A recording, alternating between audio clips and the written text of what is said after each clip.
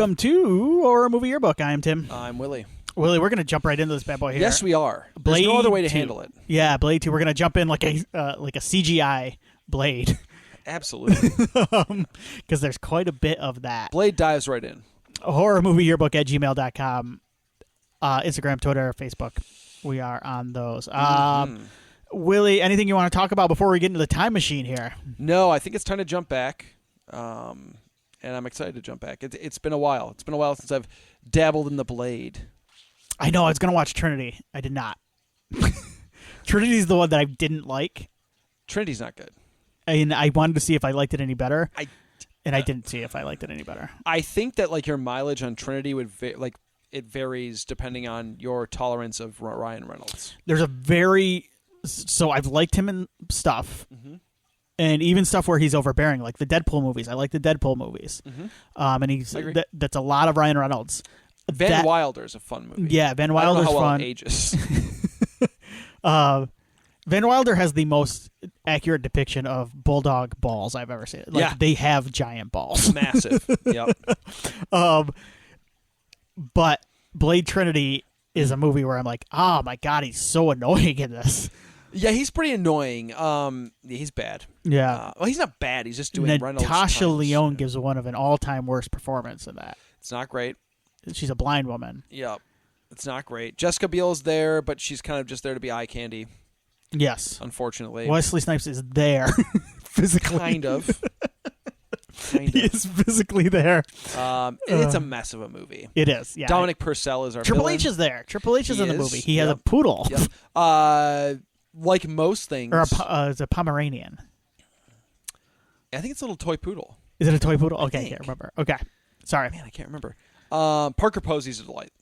Oh, she is great in it. But she's a delight in everything. So that's almost not fair. She elevates Parker Posey. Do you think she remembers making that movie? Like I bet she does. She probably has. Do you think she Parker Posey seems like she might hold it like a soft spot for her if you remind her. I get nothing but good vibes from Parker. Yeah.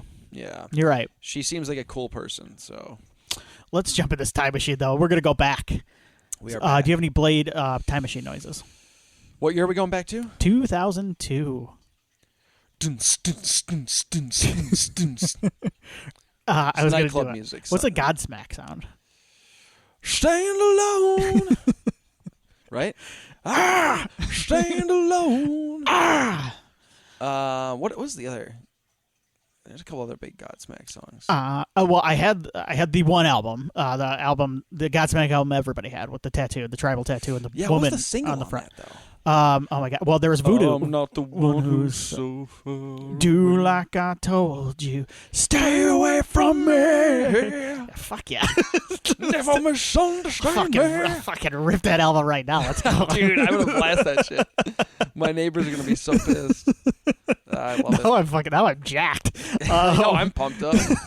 Speaking of music, do you want to hear the top 10 songs of this week, March 22nd, 2002? Yes, but I will say this. Yep. You could make a top 10 songs of Blade 2 because there are some bangers. We'll talk about that soundtrack a little later because there's a connection to other great soundtracks. Oh, yeah. Anyways, yes, I would love to hear March of 2002. So yeah. I had just turned 16. Sweet 16. Are you driving? You driving yet?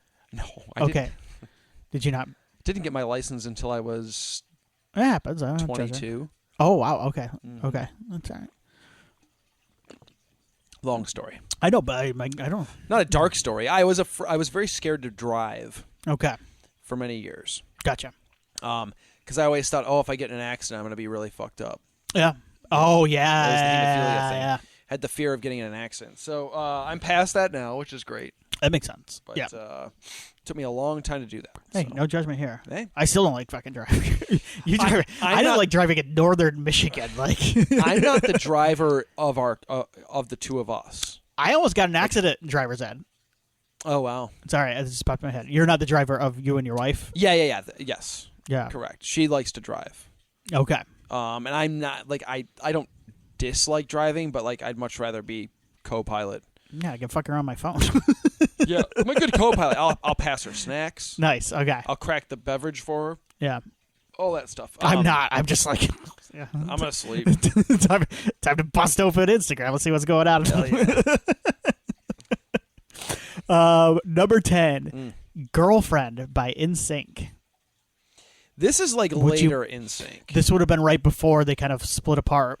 And I remember the title. I'd probably know the song if I heard it. But they were kind of passe. They were passe at this point almost. It was getting like they were boy bands had kind of aged out. Yeah.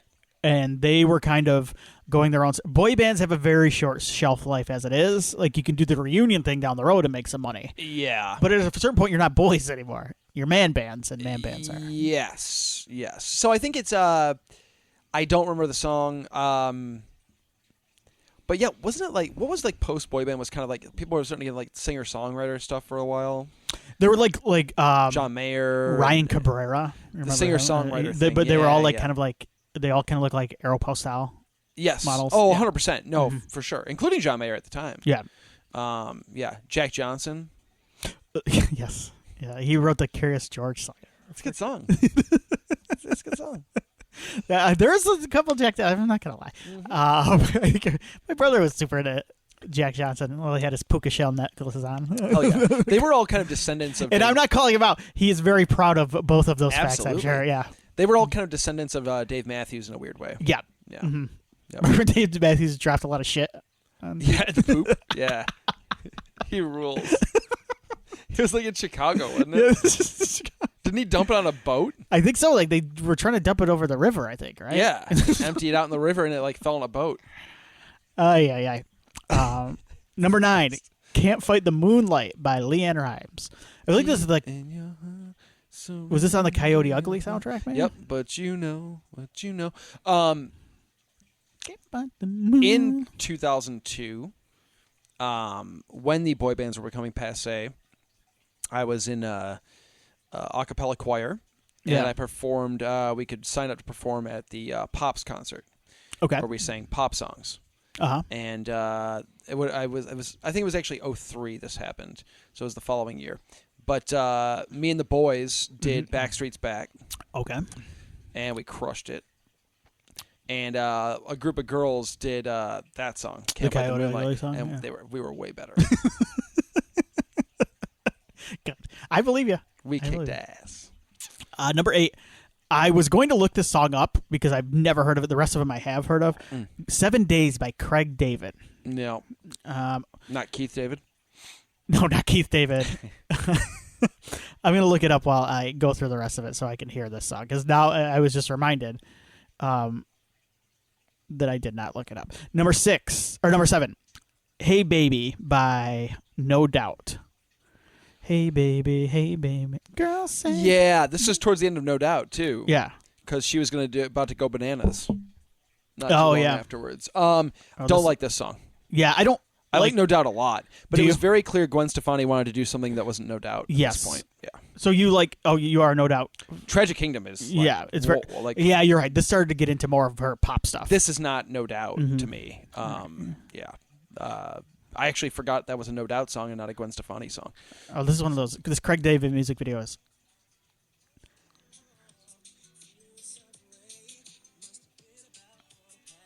Let's get to the chorus, Craig. Yeah, Craig's got to get to the point here. We're going to get copyright struck by Craig. No, I've never heard this song. Oh, Tuesday night love on Tuesday. We can make love by Wednesday. Yeah, I don't know the song. All right. You know it. I bet you Nikki knows this one.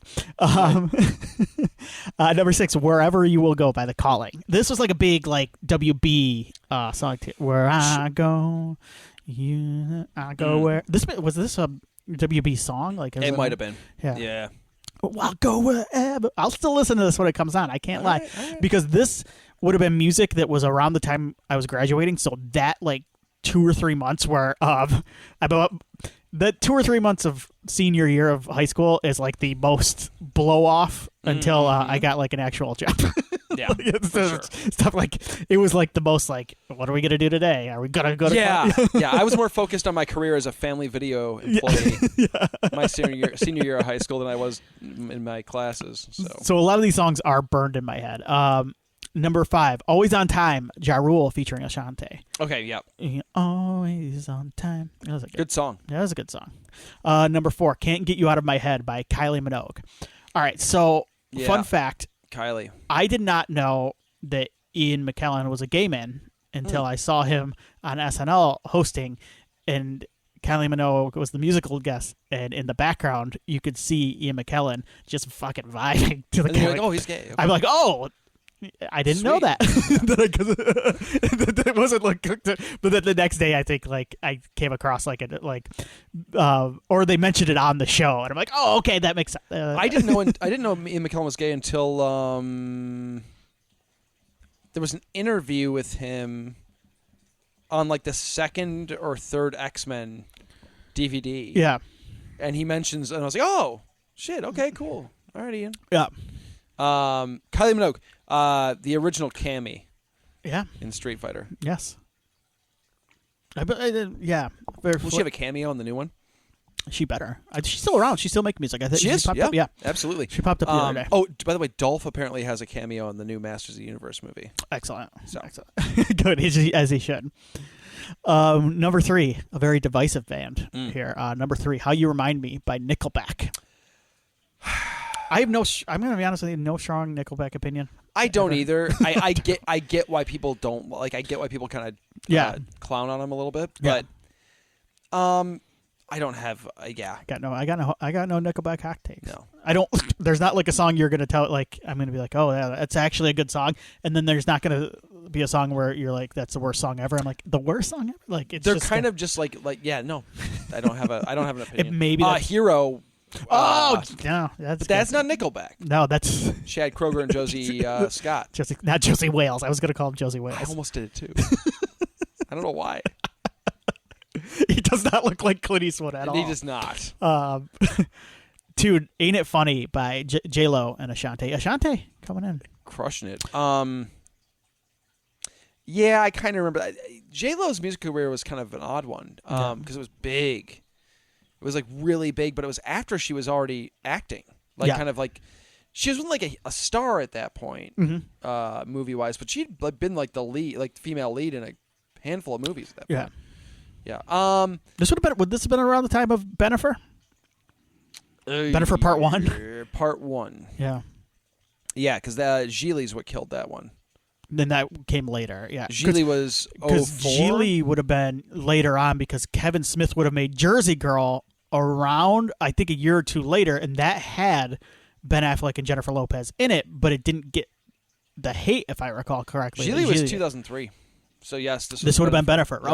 Okay. Yep. Or did Jersey Girl come out after? Maybe that was the thing, because then Kevin Smith he kind of blamed some of the reaction. Jersey Girl came out in 04, I think. Yep. Jersey Girl's a cute movie. I like Jersey Girl. I think it's one of Kevin Smith's best movies. I'll say it. In terms of just pure quality, I think it's one of his best movies. And the number 1 song in America, "In the End" by Linkin Park. I'm a Linkin Park guy. Yeah. I just busted out the Guitar Hero for the Wii. Yeah. Yeah. Because Josie was like, "What are those guitars?" I'm like, I'll show you. It's been a while since I played. It wasn't "In the End." It was that Transformers song. Yeah, I know. What I've Done or whatever. The thing that there was a TikTok meme for a hot second there where they would do all that. Cut it to every ending of a movie. It was kind of funny. It was funny. But yes, I crushed it. You know what? My favorite Linkin Park maybe song and video is "Faint." I fucking love the video for Faint. That might be one of my favorite videos of that era. That album, Meteor. I think that's Meteora. Yeah. Oh my god! That thing. All right, let's do movies because then we'll segue into our movie tonight. Number 10, 40 Days and 40 Nights. This was the Josh Hartnett sex comedy. Yeah. Sexless for I don't know. I've seen it. I think it probably does not age well. Fair enough. Yeah. From what I remember, I had the one. It was Shannon Sossamon. Oh, All right, number 9. I thought I had a crush on her too. Sorry. Number 9, that was an awful noise I just made. Number 9, It's the noise Josh Hartnett made at the end of the movie. Crossroads, starring Britney Spears and Dan Aykroyd, if I recall. Yeah, no. I've never seen it. Okay, good. There we go. Number 8, We Were Soldiers. This is the Mel Gibson movie. So, fun story about this movie. Fun story. Fun story about We good. Were Soldiers. No. Good. No, is that really that The fun? Vietnam War movie.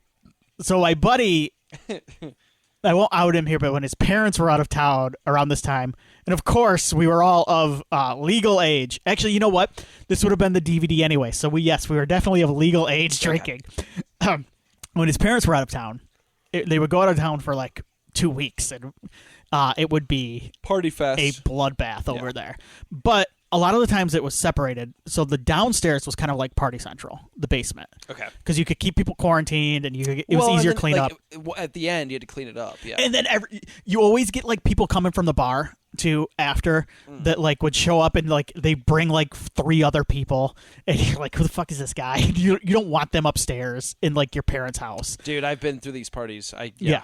Yep. And then, so the upstairs was always kind of like chill, and people would be just watching. People would be watching like Jackass. You go up there, people would be watching Jackass. But like, at one point, Oh my god. if you knew like it would make sense. Like someone threw on We Were Soldiers, and so I just like sauntered up after like 30 games of flip cup and beer pong, and I'm just watching We Were Soldiers, and I just passed out on the couch. And I'm with like 3 other dudes, and the fucking DVD menu is playing. And so I have somewhere in my mind the DVD menu music, the score of We Were Soldiers, just burned into my head. That was a pretty good movie. That's awesome. It's fantastic. And I think that's the way they would want to be remembered, is by me. Hey, they fought for the freedom that you had to fall asleep drunkenly to the DVD menu. Number 7, The Rookie, not the Clint Eastwood movie. This is the Dennis Quaid baseball movie. Yeah, never saw it. Never saw it. Me neither.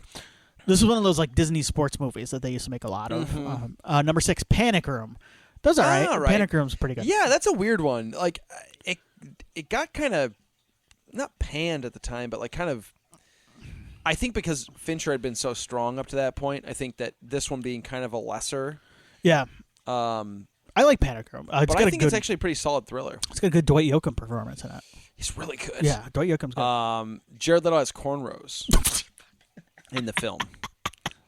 So, it's the only DVD I own that's one of those. Remember the Superbit DVDs? Absolutely. It's the only Superbit DVD I own. Oh my god, I forgot about Superbit. That's right. Number 5, The Time Machine. This is a movie. Guy Pearce. That my wife loves. Okay. Yeah, I've never seen it. No. No. It's never gotten good reviews. Who did this? It wasn't Dick Donner, was it? I'll look it up right now. Okay. I can't remember who directed this sure. movie. My wife loves the Time Machine movie. I mean, she might just have a crush on 2002 Guy Pearce. I mean, number 4. It's fine. Showtime, which I think is the Eddie Murphy Robert De Niro movie. I believe I've seen it. It's like a comedy. It's like Simon a Hollywood Wells was the director. Oh, okay. That was not Richard Donner. Okay. No, he directed Prince of Egypt, the animated film, and Spirit, Stallion of the Samarian. Yep, and Kung Fu Panda 4. So he did a lot of. He just did Ruby Gillman, Teenage Kraken. Oh, he's still kicking. All right, good for him. So he does animated stuff mostly. Yes. I'm sorry. Continue. Number 4 is Showtime, the Robert De Niro Eddie Murphy movie. Oh my God, I have a Showtime story. Shit. All right. Absolutely. Regale us. We saw Resident Evil, which came out in 2002 as well, I believe. Yeah. Right? Or was it Apocalypse? I don't know. 02 would have been at Resident Evil, yeah. Yeah, we went and saw it, me and all my buddies. We had a blast. And then my buddy, TJ, who, funny enough, is the guy I'm going to go visit in Nashville in You'll have to June. tell him the story, I gotta remind him. He might listen. I don't know. I'm not sure. He's like, let's sneak into another movie. Oh, yeah. That always... And I was like, all right. And we snuck in. And I don't even think it was he's like, let's go into Showtime. Yeah. I'm like, okay. And we sat there for like 10 minutes. Yeah. And we were like, we got to get out. Like, it was, we could have watched the whole movie, like, beginning to end. Yeah. for free, essentially, and we chose to leave. 10 minutes. That's my only memory of Showtime. I loved back in the day. It was way harder to sneak movie to movie. Nowadays, I can go to the Troy MJR on a Tuesday night. I can just walk in. I'm pretty sure you can walk into the first movie. I do not have to pay. I just do it. It's like an honor system. It is. It is like, and then I could, if I don't like the movie, I could definitely just easily walk into another movie. Back in the day when I was a kid, like you had to. They were like lock and key, bro. Yeah. They had ushers everywhere, just like watching you. Now they're just like, oh, someone's in the theater. Let's hope they buy popcorn. That's where they make the money anyway. Yeah. So, number 3, E.T. the Extraterrestrial re-release. Okay. This is the one where the guns were taken out because of 9/11, right? Maybe. I was never an E.T. guy. No? I got, yeah. I feel about E.T. like I feel about Nickelback. I have no strong feelings one way or the I don't other. want, I'm afraid to watch it because I think it'll wreck me. E.T. might wreck me. Number 2, might. Ice Age. The cartoon. That's fun. Have you seen it? I've seen the first one. Okay. Yeah, that's about it. There's like 7 of those movies now. And the number 1 movie in America, Blade 2 by Mr. Guillermo del Toro. Willie, as it should be. Your initial, like, remember when you saw Blade 2 and what do you think of it now and all that good stuff. Do you remember where you were when you first saw Blade 2? I saw Blade 2 in the theater. Did you see it in the theater? Okay. Oh, yeah, I did. Yeah. Well, I went to the theater a lot back then. I mean, for years I went to the theater a lot. Blade 2, I saw it in the theater. I caught Blade, the first Blade, on VHS. That came out when? 2000? That would have been 90. That would have been 99. Okay, so I saw right it on, because when did X-Men come out? Wait, was Blade? X-Men was 2000. Blade was first. Was Blade 98 though? Blade made in 98. I'll check it. Okay, sorry. It's not really a big deal, but yeah. I saw Blade on VHS after it had hit theaters, not even knowing. Oh, it was 98. Yeah, holy shit, that's crazy. 4 years in between. Blade is a 90s movie. Yeah. Oh my god. I saw it on VHS. If I had known it was a comic book movie going into it, I probably would have like asked my dad to go to the theater to see it. But I didn't know Blade was even a comic book at this point in time. That's the thing about that first Blade movie is because it came after Batman and Robin. It's post Batman and Robin when the comic book genre was at its lowest. And they didn't really market it as a comic book movie, probably because like it's a stealthy comic book movie is what it is. Yeah. And the Blade of the movies would go on to kind of inform the Blade in the comic books later on. But like the Blade in the movies really isn't all that similar beyond like being a vampire hunter, black man, daywalker, like that's it. But like personality and like very different. Very different. And then what's funny is like the Snipes. Weirdly enough, it's like kind of like that. It's almost like Ultimate Blade. Yes. It's almost like they Yeah. The Snipes version would actually wind up kind of becoming the version in the comics, which is kind of fun. I don't think they've ever. Like, that's the thing with. That's always been kind of the thing with Blade. He's never been that successful in the comics as far as carrying his own titles. No, not terribly. No, I don't know if he has. I don't think he has recently either. There was some success in the 90s. I should say the Blade was slightly gearing towards this Wesley version in the comics leading up to this version. Yeah. But the Wesley version with the black leather and stuff that we've kind of seen predominantly be the Blade that we see in things, that's very much taken from this movie. Yeah. Anyway, so like I saw it, I kind of like realized afterwards that it was a Marvel thing. I was like, that's neat. Did a little bit of like dial-up internet research on Blade. Thought it was even cooler. But like I was 12, right? Right. So like a 12-year-old boy seeing Blade, that's like the perfect age to see this movie. Yeah. I was like, oh my god, like this movie rules. They're at nightclubs and like he's fighting people and there's kung fu moves and sword fights and I actually thought it was kind of awesome and tough and because I was in the same boat. Like I think I had like kind of thought like I kind of knew it was like a comic book movie, but like I didn't. And I'm like, oh yeah, like this is like adult comic book stuff. Like this is cool. And this is hardcore. Yeah, and I remember I was in the same boat. I'm like, this is sweet. Yeah. This is what I want. Yeah. So that was this cleanse the Batman and Robin palette, which is like the opposite. Yeah. And then so when Blade 2 was announced, I was already a fan of the first one. I didn't know anything about Guillermo del Toro, if I'm being honest. I wasn't in the know enough to like know his previous work. I had seen Mimic, funny enough, but I didn't like know that was his movie. And And I was aware of Mimic. I went back and watched it later. Yeah. I had seen it on cable. Yeah. Before, but like I didn't have like I was like, oh, that's kind of a cool, creepy movie. Yeah. But I didn't put two and two together. I was following directors at that point. Like I was like aware of directors as directors. That was kind of like the time when I was starting to really get into that. But Blade, he was an international director at that point. Well, he made Kronos and like, but like was Kronos, he Devil's? Did he made Devil's Backbone? At that Backbone point? had been made at that point. Yeah, but like I didn't. Those were foreign films. Those weren't on my radar. No, they were not on my radar, and they were harder to kind of like track down or like dig up stuff on. So I went in the theater and saw Blade 2. My dad had liked the first one, so he's like, "Yeah, I'll go with you to that." That's and Blade 2, man. Like what was fun about watching it this time was like it just like. There are certain moments in this movie, and what's funny is it mostly had to do with the music and the mic, like the needle drops. That I was like, hell yeah! I was 14. Yeah, right. This thing is so etched in my brain. Yes, I was 14. I was like, let's go! And they do like the slow walk as a crew, and I'm like, this is the best. Hiya, man. Oh, dude, flesh of my flesh, dude. That song hit, and I was like, I was ready to go fight. I was like, this is the best. Like, this is the cool. Like, I was immediately transported. Like, I was ready to call all my friends from high school. I still don't know if there's a better, school. like, a needle drop in any movie than the end for me. Like, or the big fight. When listen, all you motherfuckers. Oh, God, I'm just like, I'm like, oh my God, it's so good, dude. I'm just like doing the moves with Blade and hell yeah, you are. You look like one of those weird like wannabe military guys, knife fighting things.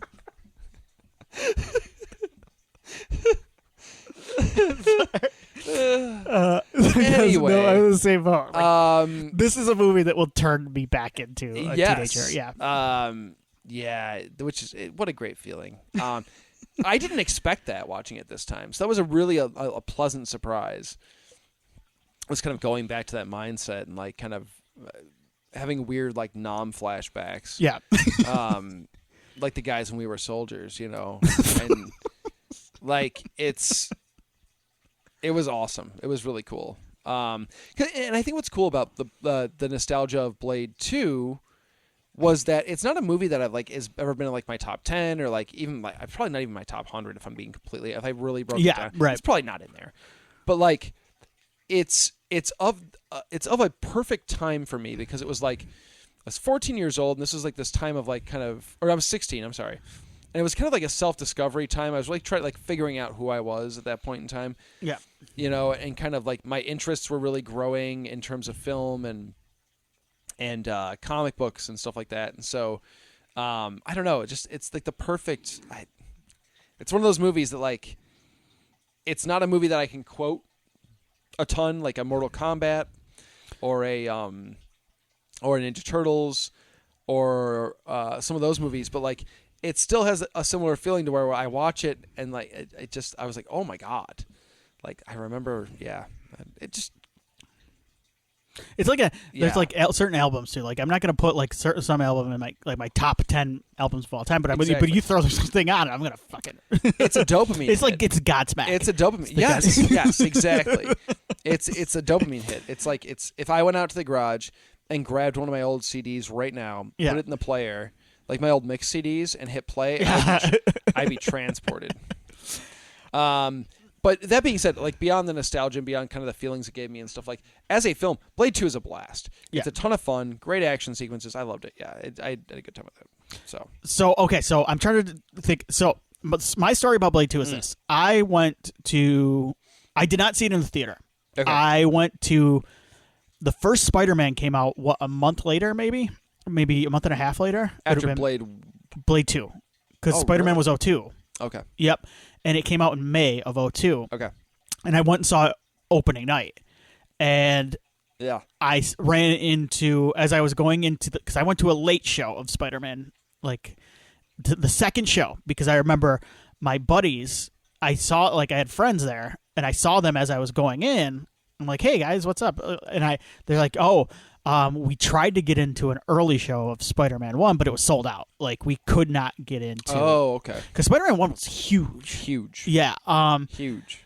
And I'm like, oh, and they're like, so we decided to, like, we've been here since 7. We decided to go see Blade 2.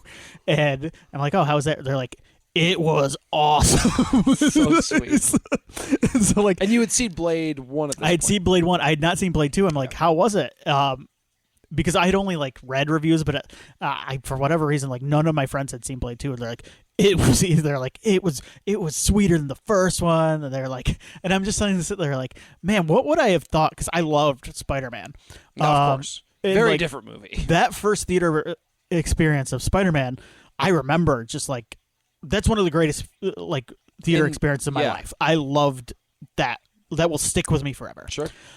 But I wonder what it would have been like if I saw Blade 2 before, because I would just be like, what is this lame shit? Yeah, who's this dork? Where's the crystal method? Like, where's the iced tea? Yeah.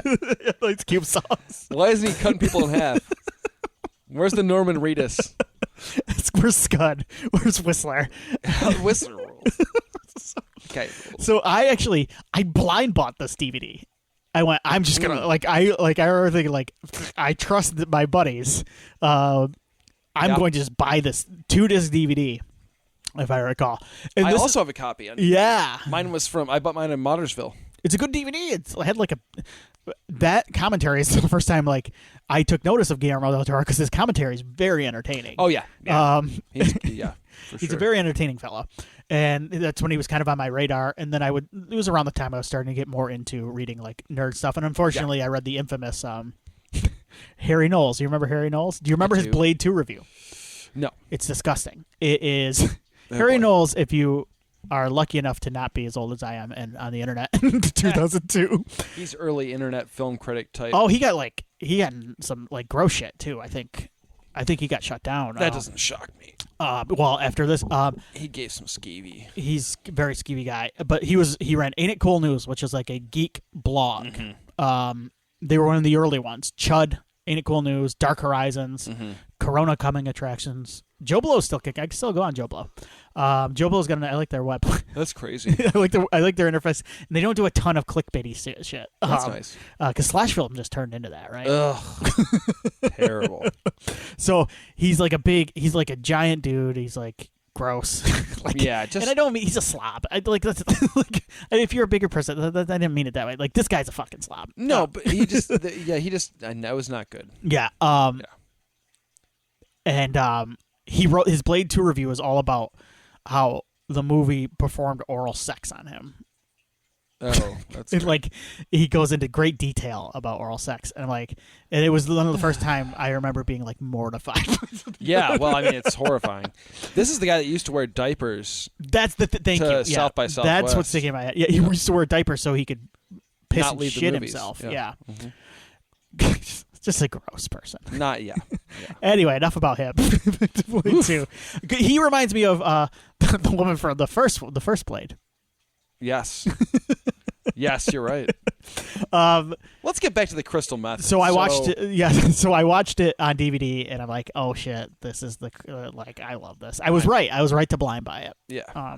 Yeah. And then every time I watch it now, like, it's still the same. I get transported back, and like you said, I know this movie. Like, this is one of those movies that it's like etched in my brain for whatever reason. I think it just hit at the right time, and I don't think about it a ton. No, but no. it's in there.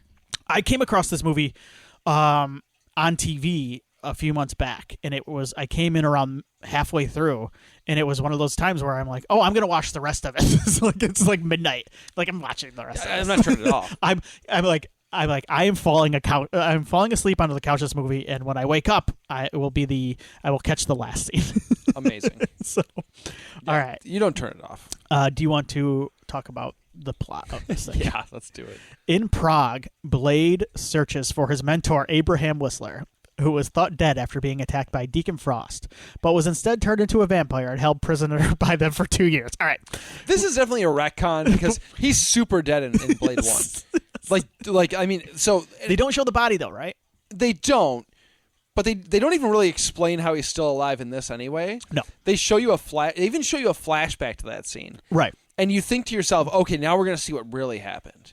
The gun went off, but it was because of vampire grabbed. You don't even. They don't bother to show that, which I kind of love. They're just like, he's not actually dead. It is like he's not dead. It's very comic book. It's like one of those things where like it's stupid, but at the end of it, I get Whistler back. Somehow Whistler is returned. So like, and I'm fine with that. So I get Whistler back. I don't care. It's like, as long as I get Chris Christopherson as Whistler, He's fantastic. Just bring it back. Yeah. After interrogating vampire Rush on Whistler's whereabouts, Blade, is it Rush or Roosh? Blade rescues Whistler, cures him of his vampirism. Whistler meets Scud, played by a very young and baby-faced Norman Yeah, I Reedus. know, right? Yeah, it's so funny. Basically the same. He looks the same. Yeah. Like the same haircut. Yes. I don't think that's changed ever. But like he does look. He's a youngin. He did. Yeah, he doesn't have the scruff in this one as much. No. But he's Blade's young, gifted new technician. So Blade's hooked up with this guy in the meantime. Yeah. Mm-hmm. This is a really cool opening scene with the bikes, where he's I don't know if I'd put it up with, since we will never really have a chance to talk about it on this podcast. Do you have any favorite opening sequences in superhero movie history? I put you on the spot here, but oh my god, I'll say like X-Men 2, the Nightcrawler attack. That's the first one I thought of was X-Men 2. There's the bank heist in The Dark Knight that I think is good. It's very good. You know what has a good one is and the movie is ass. But X-Men Origins has that thing where they go through the Sabretooth and Logan's history. And I kind of remember it. Yeah, it's really cool. Do you count Spider-Man 2, the pizza scene, as the opening scene, the pizza delivery scene? Because that opens with credits. I guess so. Yeah. I like that one a lot. Yeah, it's good. And then, the other one I kind of like is a movie that is not very good is I kind of like the Rhino scene from Amazing Spider-Man 2. That one's fun. Yeah. Yeah.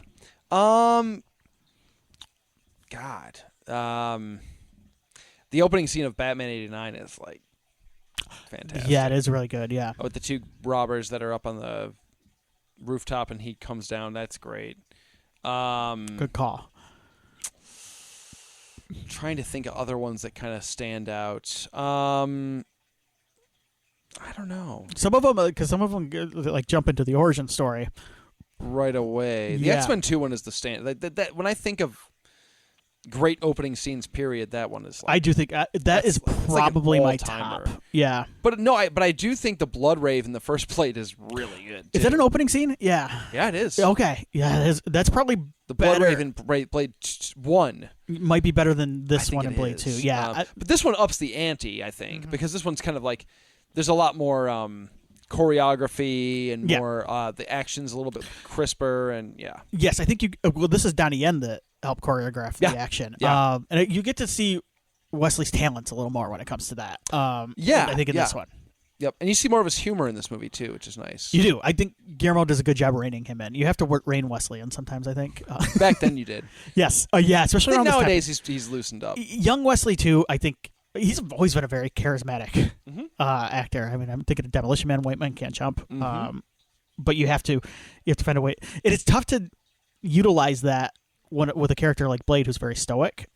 Yes. And he likes to play Blade as stoic. Yes. He took that character very seriously. He did. He did. I also like that the opening score is very James Bond-esque. Yes.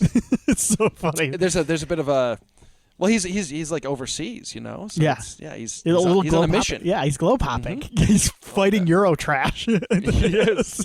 Which Bond has been known to fight. Yeah. A pandemic is turning vampires into reapers. Primal mutant creatures with a ravenous thirst for blood, which are awesome, by the way. Yeah, this is a cool invention. The creature, like the first reveal of what the job. I remember going, "Holy shit!" Like, it's awesome. It still looks pretty good, actually, for the most part. So, kudos. I think it does look. That's some of the stuff that's aged the best in this movie as far as CG goes. Yeah. Some of the stuff wasn't good at the time, the CG, but that stuff looks really good, and that stuff has kind of carried. That's a very Guillermo del Toro-esque design. Yeah, well, he went on to do it in The Strain and stuff, too. Absolutely. I mean, it's like the same design, basically. Yes. So, yeah. Yes. Yeah. Transforms both humans and vampires alike. The original carrier of the Reaper strain and cause of the pandemic is Jared Nomak, one of my fucking favorite characters in all of superhero movies. I love Nomak. He rules, dude. He's not wrong. No, he's not. He bears hatred towards the vampire race. To combat the Reapers, vampire overlord Eli Damaskinos sends his trusted servant Assad and his daughter Nysa to strike a truce with Blade. Knowing humans will be the Reapers' next target after vampires, Blade reluctantly allies himself with them. All right, I got to take a break here. Yeah, the setup is great. It's very much to the point. Like you kind of immediately know, like, okay, well, you know Blade going into this, so you know who he is. But we get Whistler back right away. We establish who Scud is. We now know the new threat right away. We're like out of the gate. The reveal of Nomak is awesome in the blood clinic thing. Where Yeah. he like you think he's like this like kind of like maybe he's donating blood. He's maybe a drug addict or like a homeless like he's down on his He's luck. dressed too. He's dressed in rags and stuff. So you're Yeah. like, okay, so he's, and then they kind of take him back, and they're like, you're like, oh no, he's in a situation where he's going to get his blood drained, and then he kind of starts chuckling at them. And you're like, okay, something new is happening, and then you get the reveal, and so you establish him as a threat, and you kind of the movie wastes no time in getting you where you need to be, so it can get moving. Like Yes. there's no wasted time. And what's funny is this movie is almost 2 hours long. It's longer than I remember, Right. runtime wise. And I remember when I queued it up this time, I was like, damn, this is longer than I thought it was. Like, I hope this doesn't feel like a sloggier than I remember, and it does not. It does not. No, it moves. So I think this is around the time too. I think this is the part where Nomek gets the glass shard out of the dude's eye and then sucks him. it's so sweet. He's the Nomak rules. Nomek, I love Nomek. Like he's sweet. He's one of my he is one of my all time favorite like superhero movie characters. Yeah, he rules. Comic book movie characters. He's one of those great villains because he like. Not only does he believe what he's doing is right, but like there are multiple points in the movie where like he is doing what's right. He is right. Yep. Like you're agreeing with him. Like that. It's like Magneto. Same thing. Yes. There are moments where you're like Magneto. You're like Magneto's kind of got a point here. Magneto's right. He's just going about it Maybe his the wrong way. yeah. He's willing to allow for too much collateral damage. Maybe. But yes. But like the message seems fair. But then there are parts where you're like, is he going about it the wrong way? There are moments where yeah. You also see, I think, the Hellboy influence a little bit here. I think I see because a lot of this, a lot of the vampire stuff feels very master racy, which is very World War II. Oh yeah, sure, and sure. a lot of this, the Hellboy stuff is born out of World War II, Mm-hmm. and I think you can see that. And I think it's not a surprise that obviously he'd go on to Del Toro was influenced by that. and Well, would what's go on cool to- is that he was able to use some of the obviously Perlman comes back for Yes. Hellboy, and the actor who plays Nomak. God, I always forget his name. He comes back and he's the villain in Hellboy 2. He is. God damn, I can't remember. Another his name. creepy pal. And he's good in that too. He is very good in that. Luke Goss, Thank you, Luke Goss. who's the star of all the Death Race sequels. He's great in this. This is a weirdly important movie. I think this is an important movie. I think the Blade movies are very important when it comes to comic book movies, in that, especially that first Blade, in that it got them back on track. Mm-hmm. I don't necessarily think I would say it led to the first Spider-Man being made. That's kind of the big one. That's kind of the one that Spider-Man was getting bubbled around for a long time. Yeah. I mean, Canon Films had it for a while. James Cameron was attached to direct it during a different period of time. So that thing was Spider-Man was going to get made. Yeah. At some point. But I think the first Blade and that first X-Men kind of stabilized Mm-hmm. things after the low point. This is also, I think, looking back on it, and I think because he's such a talented filmmaker, eventually he would have found his way into the Hollywood system. But this is almost a very important movie for Guillermo del Toro because Mimic didn't get him in to the Hollywood. This movie did kind of get him, because then he started to work on Hellboy, and then he would go on to make Pan's Labyrinth and all of this stuff. Like, eventually he would have, and now he's making Oscar-nominated and winning films. Like, it could have taken him another decade, though. That's a thing. Yeah, so, I mean, it could have, because it's Mimic was like that first studio movie he was able to get attached to, and my understanding is Mimic had some major issues. Yes, in terms of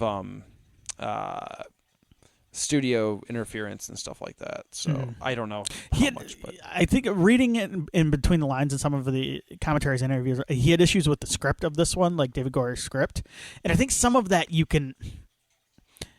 Guillermo seems like a very what's the word I'm looking for? Hands-on, domineering. He's a visionary. He has a vision. Yeah. Yes, and I can see why he might not be, but I actually think it's a nice combination of the two.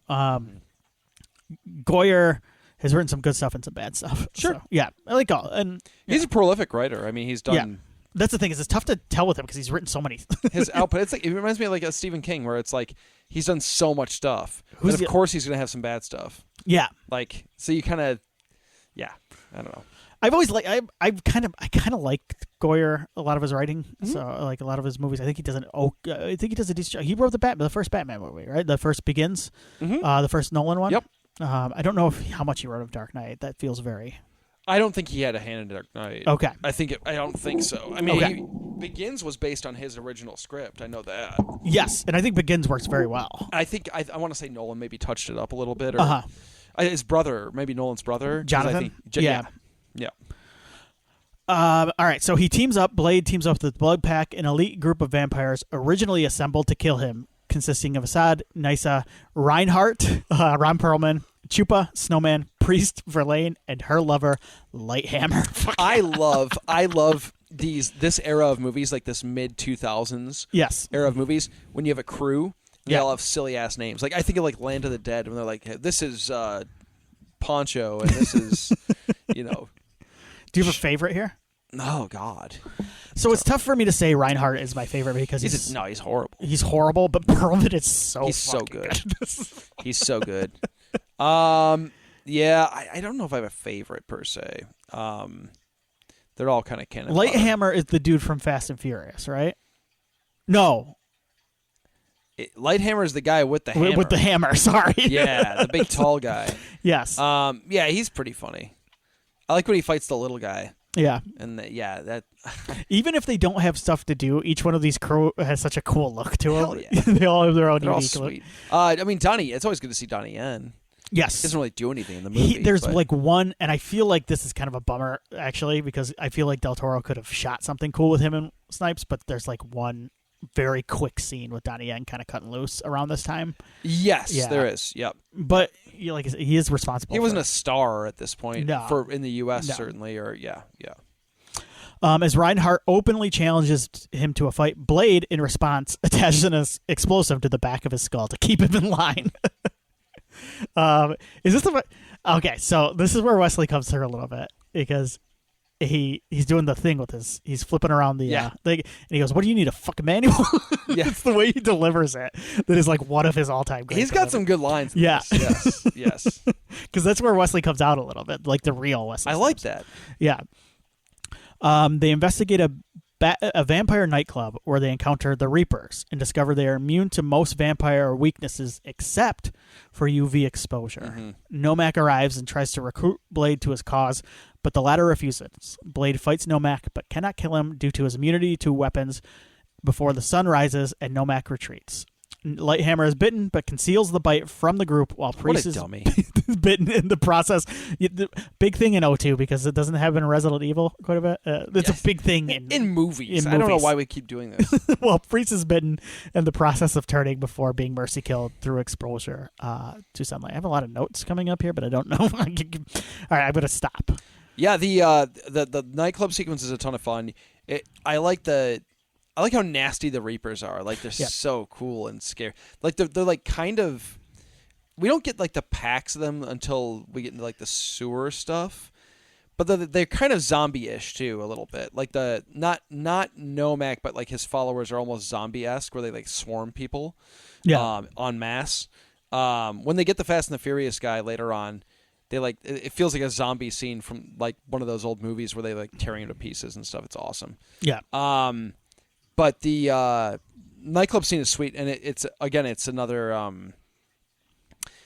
I like that we have a few different kind of viewpoints. We're kind of following Blade. We're going back out to the truck with Reedus' character for a little bit. We're like with some of the blood. What are they called?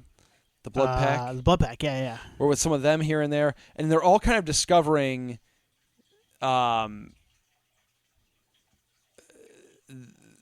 The weakness, like the fact that they can't kill these things through their usual means, right? That silver doesn't work and all this stuff. Like, I love watching them all kind of piece it together separately but together. Yeah. And then I like when Reedus is finally like, "Yo, sunlight, use the sunlight."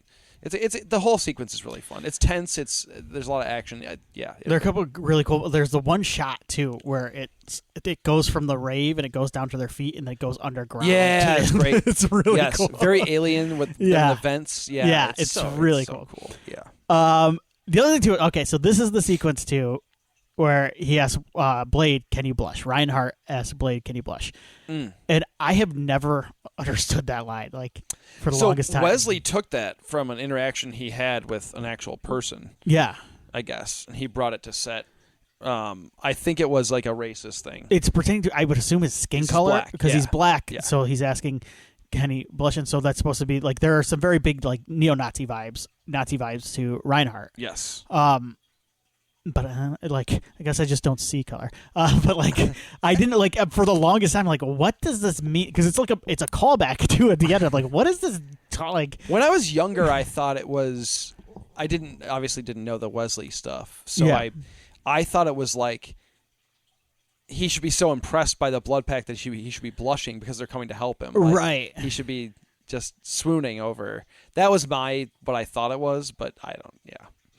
Are you a movie in the late 90s, an action movie in the late 90s or early 2000s, if you don't have a rave in it? You have to have some sort of you gotta have a rave. Raves were so hot. I think I would. They still have raves. People have raves now, right? Okay. Raves have become kind of, I think, like accepted though. Like okay. Back in the Maybe day, they're though, safer than they used to be, which would be probably good. Yeah. I always assumed that there were more raves in 90s and 2000s movies than there were in real life. Like if you tallied the number. Yeah. Yeah, but I've been to a rave once. Have you? Yeah, in a barn. I just drove by. Oh, that's like a horror movie, right? Rave at a barn. I drove by the Rave Magic the Bag in Ferndale. They're having a K-pop Demon Hunters rave. If you want to go. My. Yeah, that seems like a very Magic Bag in Ferndale thing to do. It does. Yes, I think it's great. I wouldn't go. No, me neither. I don't know the K-pop Demon That's Hunters. a children's cartoon. I have not watched it. I've heard the songs. Have you heard the songs? You've heard the songs. Probably have. We're going up, up, up. Yeah, they had the. They were on the. There's something I was watching. Yeah. Yeah. Well, they were playing it during March Madness. Okay. Yeah. Was that a March Madness song? It was like one of the theme songs. That's probably where I've heard it. I didn't know it was K-pop Demon Hunters. I haven't. You've heard it. I haven't seen the movie. I don't know if I want. No, I haven't either. Josie doesn't like it. She's scared of it. Is she? She's like, I don't like that. Yeah, right. I get it. Yeah, it's fine. Well, I'm sure it's fine. Yeah. Whistler returns. She got to learn about Billy the Puppet this week. So did she? She did. Yes, she was very excited to hear all about Billy because there's a gentleman that I talked to on the phone at work that his voice is very, very low like this. Talks like this. Hello. How can I help you? And so I was like, that sounds like Billy the Puppet. She's like, who's Billy the Puppet? And I'm is like, that someone we work with in the office, or is it? It's somebody who works different state. So. Okay. Remind me to ask you who it is. Yeah, for sure. Whistler returns to the group after locating the Reaper nest beneath the sewers. You know how there's the joke in Deadpool, whatever the last Deadpool was, Deadpool and Wolverine, where there's always going to be one Blade? Hell yeah. There's always going to be one Whistler, and it's Chris. Oh, absolutely. They better not. I don't even bother. Yeah, when they were toying with the, I think it's dead in the water at this point, but the Mahershala Ali thing, I think they said Delroy Lindo was going to play Whistler. So I'm that kind of like worked. okay with that. Okay. So I hate to say it, but like I normally yes, but then I heard Delroy Lindo, I'm like, God damn it. I got a little beef with Delroy right now. What's that? I'm not going to get into it. I got a little beef with Delroy right now. Okay. He's in that stupid Michael Jackson movie. Oh, yeah. Ugh. Yeah, there are a lot of people in that movie. It's a weird... Yeah, let's move on. Yeah, let's not get into it. Wesley was in a Michael Jackson video, if I recall correctly. Yeah. Bad, right? He was in Bad. Yep. Yeah. He was like the head gangster guy. That was one of my favorite. That's where the movie ends, apparently. Michael is the movie Michael. It ends around Bad, which I think is probably the safe bet. It ends before it gets bad. Because my issue is always bad. I really like the album Dangerous, which comes out in '92, and like I don't think I should like right that. Around. Yes. Yeah. But I say no. It starts after. It's too dangerous for you, Tim. And I say no. All the bad stuff came after Dangerous. Yeah. Nyssa dissects a dead Reaper. And that part still like makes me jump when it splays cool. open. Very the Thing-esque. Yeah. Yeah. And learns their hearts are encased in a durable bone. God, the sound of that bone, too. So cool. Scud and Whistler issue new UV weapons for the team and a UV-emitting bomb to take out the entire nest. Entering the Reaper nest at dawn, Lighthammer transforms into a Reaper and kills Snowman. Yeah, like, what the hell, dude? Not only does he have to hide it, he has to kill Donnie Yen right out of the gate. Yeah. Stupid. Verlaine sacrifices herself to kill Lighthammer by exposing them both to sunlight. A beautiful moment. Yeah, it's nice. Chupa turns on Whistler in retaliation for Priest's death, but Whistler secretly releases a cartridge of Reaper pheromones into the air because he's cool as hell, luring a horde that kills and devours Chupa. It's awesome. There's like bones cracking and stuff. It's so sick. Whistler rules. Assad and Nyssa are ambushed, and Assad is killed. Blade saves Nyssa and detonates the UV bomb, killing all the Reapers except Nomak. Nyssa and Reinhardt manage to evade the blast. Nyssa is seriously injured until Blade allows her to drink his blood. I like that. I like that. I'm going to say this, and this is there are two things that I think aren't great in this movie. Okay, being completely honest. It's an almost flawless movie for what it's trying to accomplish.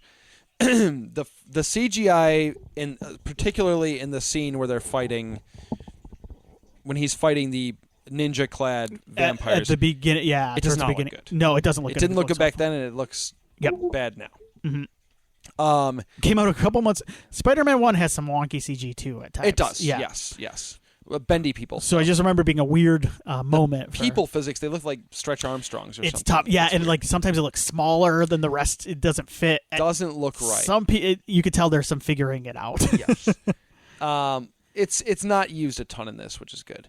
And then I hate to do this. The actress who plays Nyssa is pretty wooden. I was going to ask you what you think of the Blade and Nyssa. I like the relationship, yeah, and I do think she gets better as the movie. Like towards the end, I like that performance better. It's very wooden up front, and I'm sure that has to do. It's. I mean, that's not an easy. Again, it's another kind of stoic character up front who kind of has to open up a bit more. But she's just so stiff at first. I'm like, I don't know if I love it. Yeah. It's weird. It doesn't work for me. It never really works for me. I don't know what it is, but I almost think it's because Wesley's so stoic too, and like he's so hulking. Like for whatever reason, I don't even buy them physically. Well, it reminds me of Vin Diesel and Michelle Rodriguez. Yeah, a little bit. Yeah. Where I'm like okay, these people. I'm supposed to believe these two people want to be together, but like I kind of like none of them are giving me enough to make me feel like, you know what I mean? Like, and then I almost think it's a triumph of Del Toro at the end because when he's holding her, it fades away. Great. I'm like, oh, this works. It's phenomenal. Yes. So he makes it work. Yeah, he does. Despite the actor and actress's best efforts, he makes it work.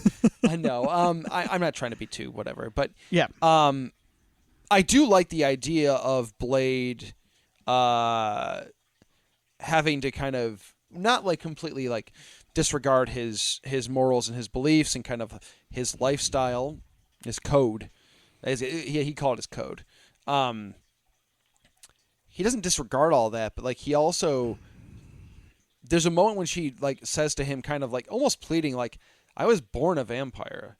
Yeah. Like I didn't have a choice. I didn't ask for that. Like in the same way that he didn't ask to be. Right. So there's almost like a kinship there in that moment. I think he starts to kind of go, okay, like, yeah, she's this thing that I swore I would kill off, but maybe they're not all that bad. Just most. Like Reinhardt's bad, but maybe not everybody's Reinhardt, you know? Yeah. All right, let's get through. Yes. I got a couple more paragraphs because then we got to talk about the soundtrack. Damaskinos forces arrive and capture Blade, Whistler, and Scud. Damaskinos reveals that the Reapers exist due to his efforts to engineer a stronger breed of vampires devoid of their own natural weaknesses. Nomak, the first Reaper, is his own son, whom Damaskinos considers a failure. Scud reveals himself to be one of Damaskinos' familiars. But that shocked me when I first saw the movie, by the way. Yeah, you know what? It's a good reveal, and I think Reedus is really good at playing. Yeah. And honestly, it does kind of feel like he does that turn like on the spot in some ways. It's very quick, yeah. His reasoning kind of makes sense to me. Totally does. Yeah. So totally does. That's the other thing.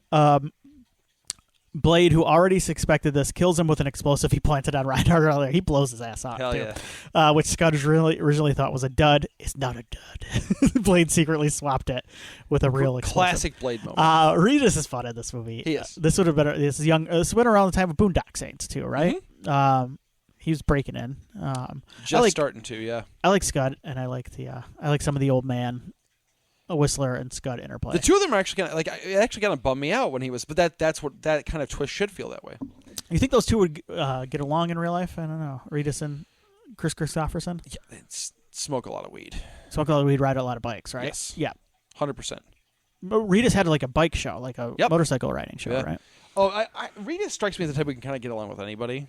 Yeah, he seems like a pretty chill dude, right? He seems like the kind of guy who finds something in common with whoever he's talking to. And Chris Christopherson seemed a little grumpier, I think, a little more haggard, a little more. Maybe a little grouchier, but again, I think he's just he seems like a guy who's kind of like, if you're not a dick, yeah, sounds fair. good. We can hang. He's not gonna be your best friend, but. Damaskinos plans to harvest Blade's blood to develop an immunity to sunlight and create a new invincible breed of vampires. That all makes sense from a vampire science standpoint. Yeah. I like all that. Whistler frees himself, escapes from Reinhardt, and rescues a weakened Blade. Reinhardt shoots at the two, but Blade falls into Damaskinos' blood pool. Oh, hell yeah, he does. Restoring his strength. He fights his way through Damaskinos' henchmen and kills Reinhardt. All right, this is where I guess we need to talk about the soundtrack. I do want to talk. So this wasn't my introduction to Ron Perlman. He had been in Alien Resurrection. Yep. I had actually was familiar with the Beauty and the Beast show.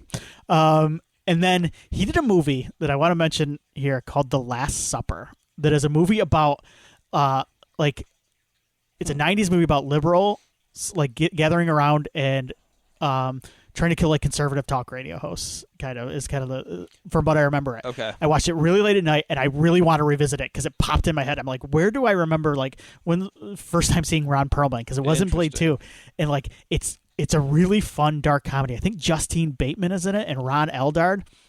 Oh, okay. Yeah. So it's a really fun kind of dark political comedy from the 90s that I want to go back and revisit. I've heard of this. I feel like. So anyway. Perlman's incredible in this.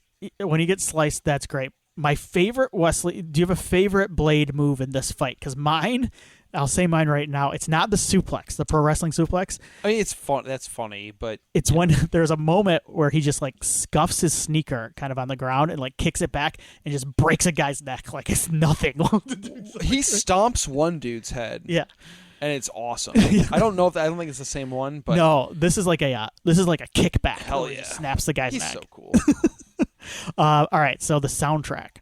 This was produced by Happy Walters. Okay.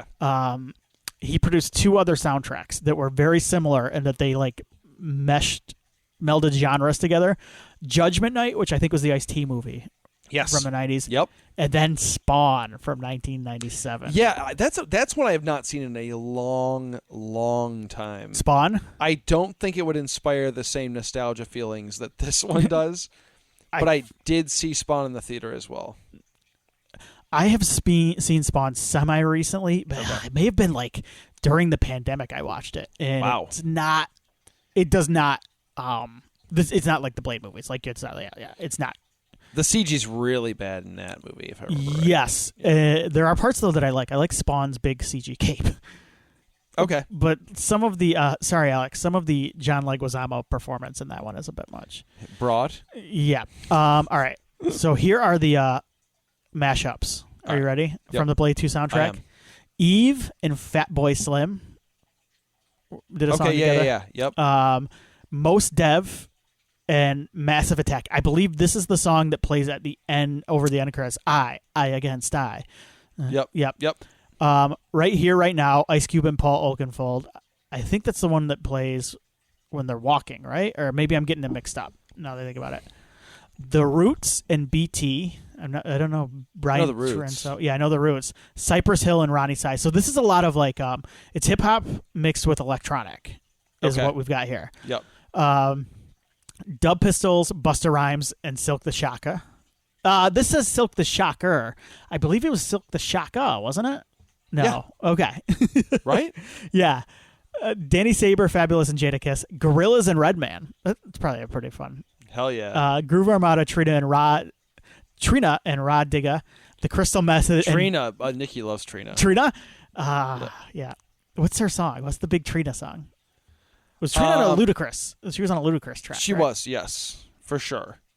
Trina was on AEW. She was one of Jade. She was. I remember Jade Cargill. She was one of Jade's baddies, I believe, for a little bit. Oh, of nice. She, It's fantastic. They got Trina. That's fantastic. She has a song called "Let Them Hoes Fight." It's perfect. The Crystal Method and Bubba Sparks. Sorry, that's the last one I wanted to. Bubba Sparks? Yes, Crystal Remember Method. Bubba Sparks? Yeah, and Moby and Mystical did a song. Oh my God, what a combo! These are some great combos in here. Who does the higher than high? So I believe that's Most Def. That's Okay. Most Def and Massive Attack. Yeah. Good. And I believe they worked together before. All right. That makes sense. Here we go. We're to the end now. Nomak enters Damaskino's stronghold, seeking revenge on his father. Nysa, seeing how her father holds no regard for his own offspring, betrays Damaskinos by sealing off their escape route. And Nomak kills Damaskinos after failing to negotiate with him. Nomak then bites Nysa, infecting her with the Reaper virus. Blade and Nomak engage in battle, and he manages to stab Nomak through his encased heart. That part's really cool too, because that's where you get to see the bugs inside of him, right? Mm-hmm. That's a good fight. I think Yeah. him coming out of the blood is better though. That fight. Blade That's versus probably the best fight in the movie. Is the coming out of the blood. Well, the choreography is really good, really strong in that particular fight, and the hype, the music is building. And you're finally getting the comeuppance of Ron Perlman's character, who's really I know that Damaskinos is like the bad guy, the big bad guy. Yeah. But Ron Perlman's like he's really like the one you want to see. He's the one you want to see Blade get. Yeah. Wanting to end his suffering, Nomak kills himself with Blade's sword. Fulfilling Nysa's dying wish, Blade takes her outside and embraces her body as her body disintegrates from the sunrise. Sometime later in London, Blade tracks down Rush to a strip club and kills him. Oh, you thought I forgot about you. He's got a to-do list, man. He's like, I forgot that. It's like when you go to the grocery store and you made a list, and like somehow you forgot like the dryer sheets. And I love that we're with him.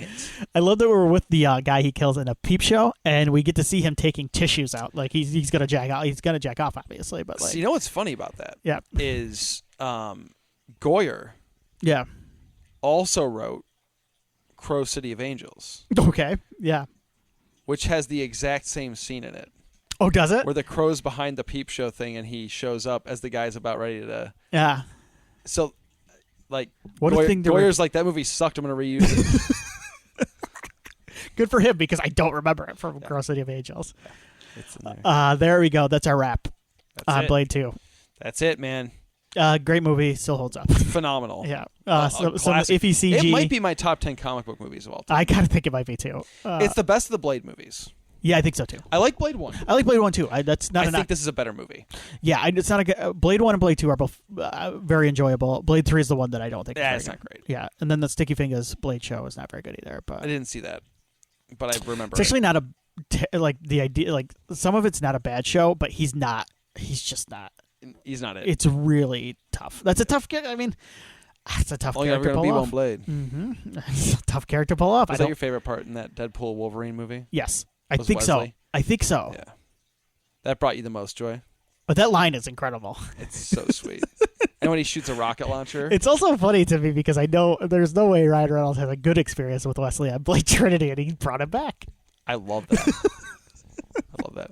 You liked Gambit too, right? I did like Gambit, yeah. It's so sick. Anyway, okay. I forgot about that. What do you want to do next? I don't know. I don't know either. I don't want to. I'm not ready for. We should do a summer series, but we should do that in summer. We've got like one or. No, we're not there yet. Maybe we got one more episode before the summer. Didn't we just do a summer series? Good gravy. Yeah, I know. I think we should stick to the old ones because whenever I look at our downloads and views, like our old ones do way better. So just old movies. Yes, our old movie reviews do way better than our new ones. So whatever. Okay. Is there anything you've been in the mood for? Should we look up anniversaries or like? Oh man, there's nothing horror in particular movies that came out in May. Tell the people where they can reach us. So. Of course. at Horror Movie Yearbook on Twitter. Or is it at HM Yearbook on Twitter? I don't even check Twitter anymore. I'll be honest with you guys. I feel bad, but like, I try to stay off there as much as possible. It's at HM Yearbook on Twitter. We're on Facebook, Horror Movie Yearbook. HorrorMovieYearbook@gmail.com is probably the best spot to get a hold of us at this point. The social media stuff I'm having a hard time with, and I'm just trying to limit it for myself. I think for my own mental health, which is I think a good thing. I don't know. So I'm looking at 1996. 96. Okay. Then we could do the Crow City of Angels. Do you want to? I don't know. It's free on Pluto. Let me go through some other things here, and if anything jumps out at you. I feel like we've done the Ghost of... Do you want to do the Crow City of... You look like you want to do the Crow City of Angels. I kind of do. We can do the Crow City of Angels. Now, there is... So I have to dig into it, and I will do that. There's a... Iggy Pop is in this. That's right. Yeah. Bai Ling's in it. No, she's in the first one. I take it back. This is Tom Jane's in it. This is a fun cast. Vincent Perez plays the Crow. Yes. Yeah. Okay. Directed by Tim Pope. Tim Pope did a couple other things, I think. He did a lot of videos for The Cure. Oh, yes. That makes sense. That's a nice... Exactly. So there's an alternate cut of this that, like, because the Weinstein's got a hold of this thing. Okay. And they butchered it. And the alternate cut's, like, really freaking good, actually. Like, it's a significantly better movie. Is that out there? I'm going to try and find it. Okay. If I can find it and others can find it, and I will do... I believe... It's on Pluto for free. That's going to be the theatrical, which is fine. Yeah. That's fine. Let me see. We're on a kick right now of doing sequels to... Why not, dude? Wow, 160-minute darker version by Tim Pope that has never officially been released. Oh my God, they butchered 160 minutes down to 84 minutes. Yeah, they cut the movie in half. That's crazy. Okay, here's a Reddit post. I don't know if it's fine, if it's easy to find though. That's you the know issue. what? Maybe I'll tag in our Discord. Who might know where it is. Is Bruce? Yeah. But it's got a completely different opening, a completely different ending. Like, the subplots are completely different. The order of kills that the Crow does are completely different in this cut of the movie. Like, the whole thing was like... At the very least, I will read all about it. Yeah, you if should. I can't find it. I think there's some things to like about this movie. Okay. I do. I legitimately do. It's been a lot legit, like, since it came out on video, since I've seen it, and I honestly do not remember much about it at all. Like, when I looked at Iggy Pop, I went, oh, yeah, that's right. Yeah, he's kind of fun in it, too. Yeah. He's Iggy Pop. Should we download the PlayStation 1 game and play that together as well? There's got to be a walkthrough of that, right? It's got to be. Yeah. All right, awesome. I was talking about the Warriors game last night and how I love that game. That game. The Crow City of Angels game is not nearly as good. All right, everybody. Stay tuned.